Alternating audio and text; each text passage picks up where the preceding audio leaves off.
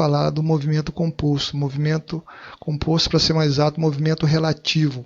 Esse movimento tem uma única dimensão, ou seja, eu vou considerar dois corpos que movimentam numa mesma direção. Então esse movimento tem uma única dimensão. Tá? E aí eu tenho um movimento relativo entre eles e nenhum dos dois estão fixos, no caso na Terra. Ok? Então vamos lá. Os corpos A e B, no primeiro exemplo aqui, olha. Então, eles têm movimentos que têm a mesma direção e o mesmo sentido. Então, como é que funciona a velocidade relativa entre eles? Quando tem mesma direção e mesmo sentido, a velocidade relativa, no caso entre A e B, é a diferença da velocidade dos dois. Tá? Então, a diferença, vamos considerar que o A, no caso, esteja movimentando atrás de B, e eu quero saber o tempo que gasta para que A alcance B. Então, tem que saber qual é a velocidade relativa entre eles. E no caso específico aqui, a velocidade relativa entre eles seria a velocidade de A menos o que seria a velocidade de B. Ok? Então, nesse exemplo aqui, seria 20 menos 10, seria 10 metros por segundo a velocidade relativa entre eles. Agora, se eu tenho uma situação onde eu tenho dois corpos que têm, no caso, movimento na mesma direção, tá? Quer dizer, tem a velocidade relativa em uma única dimensão, porém os sentidos são opostos, então A e B movimentam sentidos opostos, como é que a gente faria? Somaria os módulos das velocidades. Se A e B tivessem as velocidades que foram colocadas no exemplo anterior aqui, a velocidade relativa aqui especificamente seria a soma, né? Ou seja, 20 mais 10 seria 30 a velocidade relativa entre eles, entre A e B. Então, mesmo sentido, mesma direção, mesmo sentido. Velocidade relativa no caso, a soma, a diferença das velocidades. Mesma direção, mesmo sentido, diferença das velocidades. Mesma direção e sentidos opostos, soma das velocidades. Então eu tenho lá um exemplo aqui, eu tenho dois carros que eles movimentam de forma que a distância entre eles em um determinado momento é 200 metros. E eles movimentam, no caso, de forma que esse movimento é uniforme. Então a velocidade de A, por exemplo, aqui é 12 e de B 8 metros por segundo. Eu quero saber o instante do encontro desses dois carros. Então, vamos pensar, como é que a gente vai resolver esse exercício aqui? Primeira coisa, eu tenho que saber qual a velocidade relativa entre eles. Como eles estão movimentando em sentidos opostos, eu somo as velocidades, né? Então a velocidade relativa entre eles é o quê? 20 metros por segundo. Então, a velocidade de A em relação a B é 20.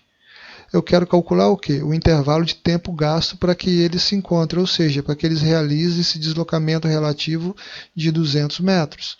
Então, qual é a fórmula que eu vou usar? Velocidade relativa é o deslocamento relativo pelo intervalo de tempo. Tá? Então, é a fórmula da velocidade média. Daí a gente faz uma inversão aqui, né? Ó, no lugar que eu tenho ΔT, eu coloco velocidade, no caso, relativa de A por B, e no lugar de velocidade relativa de A por B é ΔT. E daí é só substituir. Deslocamento relativo é 200, no caso aqui, a velocidade relativa entre eles é 20, logo 10 segundos é o tempo gasto para eles se encontrarem. Mas lembrando, gente, que a velocidade, no caso, o movimento de A e B são movimentos o quê? Uniformes, tá? Vamos para outro exemplo aqui, ó, que são, no caso, dois corpos que têm movimentos uniformes também, dois carros, o carro A e B, né? Só que agora esse exemplo, eles têm o mesmo sentido, tá? E também tem a mesma direção e o mesmo sentido. Então a velocidade de A é 20, a velocidade de B é 15, tá? A posição de A 30 e a posição de B é 180 metros. Isso no instante zero, não é? Então a pergunta aqui é o seguinte, depois de quanto tempo A alcança B? Então, como os carros eles movem-se, no caso, no mesmo sentido, tá? Eles movem no mesmo sentido, a gente tem que a velocidade relativa entre eles é a diferença das duas velocidades. Então seria VA menos VB, né? O deslocamento relativo entre eles é o que?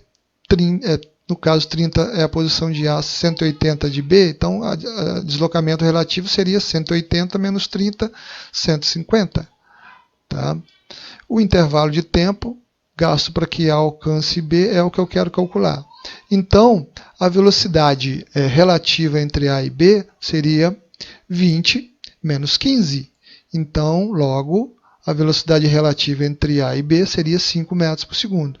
Vamos utilizar o mesmo raciocínio anterior lá. Olha.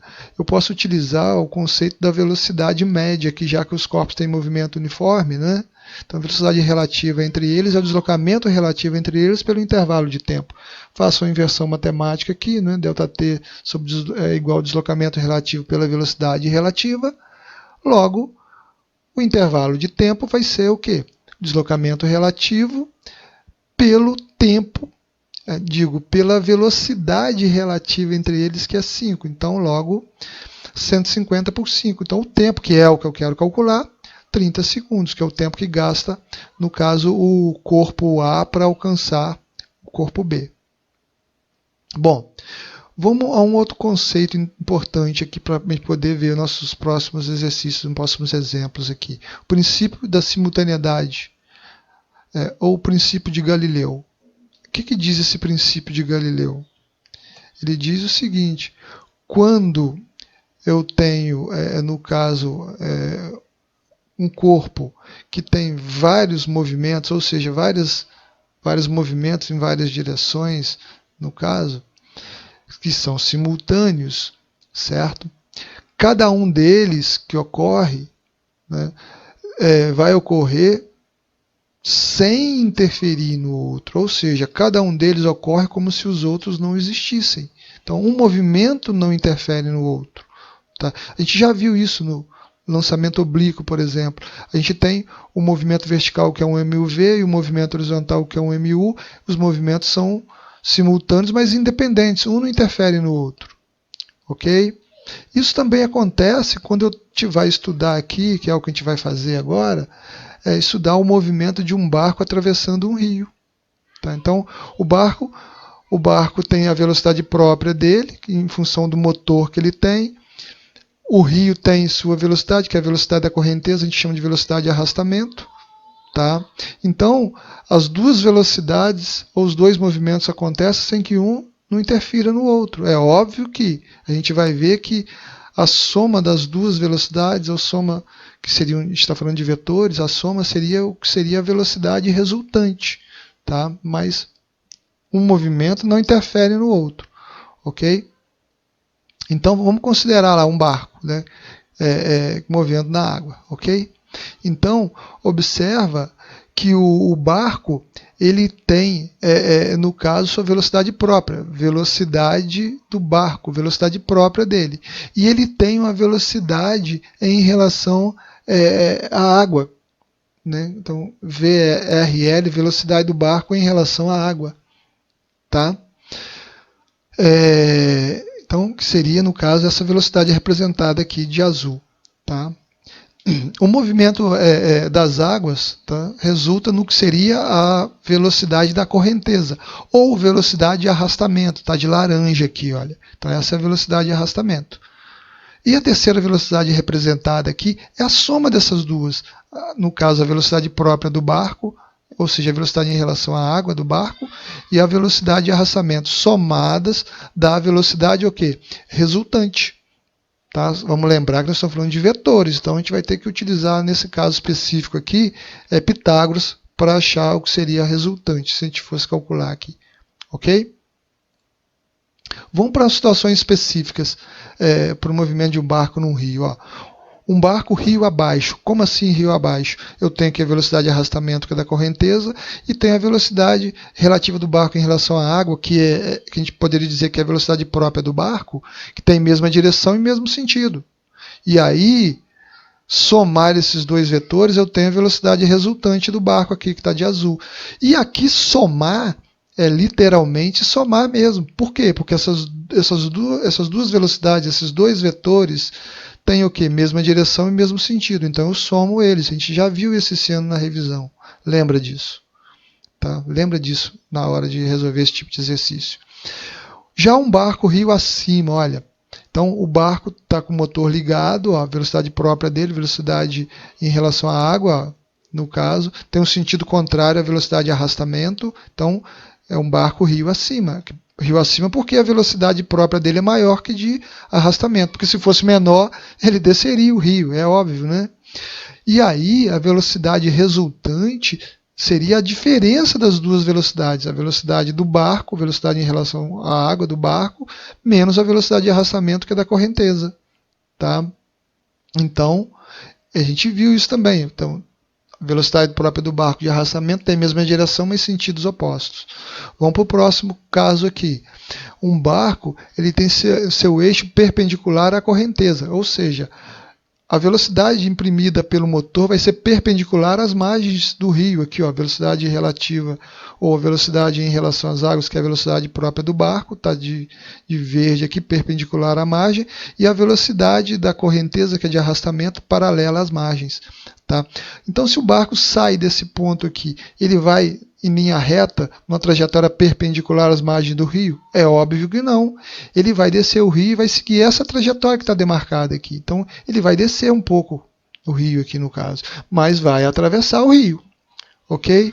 Aí, como é que eu faria para poder fazer esse barco atravessar o rio, esse mesmo barco aqui, atravessar o rio sem, no caso, ele descer? Tá? Então, o que eu faria?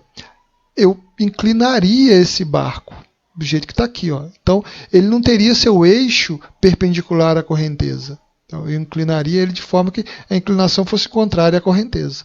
Tá? Mas voltando aqui ao terceiro exemplo, a velocidade resultante, então, seria a soma dos dois vetores, velocidade própria do barco e velocidade de arrastamento.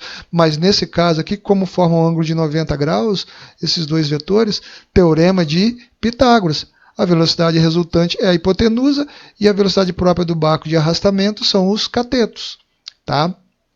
Mas em contrapartida, esse quarto exemplo aqui, né, que eu disse que eu quero fazer com que o barco atravesse o rio, mas sem descer.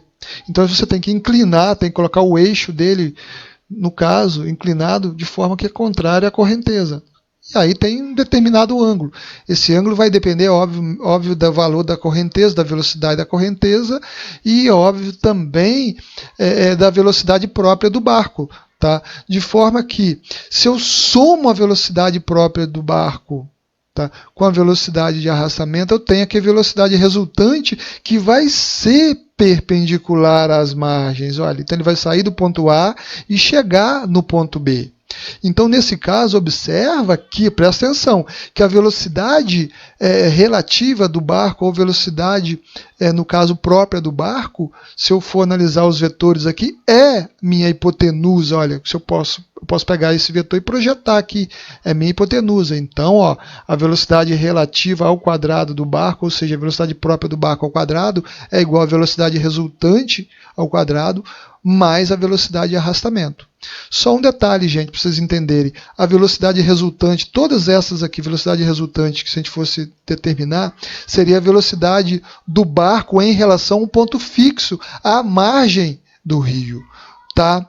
Seria exatamente isso, ok? Vamos para o último exemplo aqui. Vamos para um exemplo para a gente terminar a nossa aula. Então a gente tem um barco, esse barco ele vai atravessar um rio de margens paralelas, de largura 2 km. Vamos pensar que esse rio ele tem uma largura que se mantém, é uma largura constante, tá, gente? Vamos pensar dessa forma. A velocidade desse barco em relação à correnteza tem módulo 8 km por hora, quer dizer, a velocidade do barco em relação à água, que seria a velocidade própria dele, é 8 km por hora. O barco ele vai sair de um ponto A, de uma margem, no caso, mantém seu eixo sempre perpendicular à correnteza e vai atingir a outra margem. Então, a velocidade da correnteza é constante e tem módulo 6 km por hora. Então, determine o módulo da velocidade resultante do barco, a duração da travessia. Tá? Então, vamos à resolução. Olha, vamos raciocinar. Tá? A trajetória do barco, no caso aqui, ou melhor, o eixo dele é perpendicular à correnteza. Não quer dizer que ele vai sair, digamos, aqui do ponto A e vai chegar num ponto B aqui do outro lado, fazendo uma trajetória perpendicular. É óbvio que não. Ele vai descer o rio aqui. Tá? Ele vai descer. Então vai ter um deslocamento, no caso, paralelo em relação à margem do rio também. ok? Então isso é resultado dos dois movimentos, velocidade de arrastamento e a velocidade própria dele. Então vamos lá calcular a velocidade resultante do barco. Bom, teorema de Pitágoras, né? Porque a velocidade resultante é o que está de vermelho aqui, olha. Então seria a velocidade própria do barco ao quadrado, que é 8, a velocidade da correnteza, que é 6 km por hora ao quadrado. Então, e aí a gente tem que a velocidade resultante é raiz quadrada de 100, logo velocidade resultante do barco, 10 km por hora. Ok? Vamos para resolver a letra B agora, duração da travessia. Vamos lembrar do princípio de Galileu. Os movimentos da velocidade própria do barco e a velocidade de arrastamento são, no caso, independentes. Um não interfere no outro. Então, o tempo que o barco gasta para atravessar o rio é o mesmo que ele gasta para deslocar rio abaixo. É o mesmo tempo. Tá? O tempo é o mesmo, é simultâneo, mas lembra que são movimentos independentes. Então, olha bem, a velocidade própria do barco, velocidade relativa, ou em relação à água, é o que faz ele atravessar. E aí o deslocamento em relação à água, no caso aqui, seria justamente o quê? Esses 2 quilômetros. Tá? Os 2 quilômetros que seriam, na verdade, a largura do rio. Tá? 2 km de largura. Então a velocidade relativa é o deslocamento que ele vai fazer para atravessar, dividido pelo intervalo de tempo. A velocidade relativa, que é a própria do barco, é 8. O deslocamento, no caso, que seria a largura do rio, é 2 km. E daí eu calculo o intervalo de tempo. Então o intervalo de tempo seria 2 dividido por 8, ou seja, 0,25 hora. A gente vai começar a falar do movimento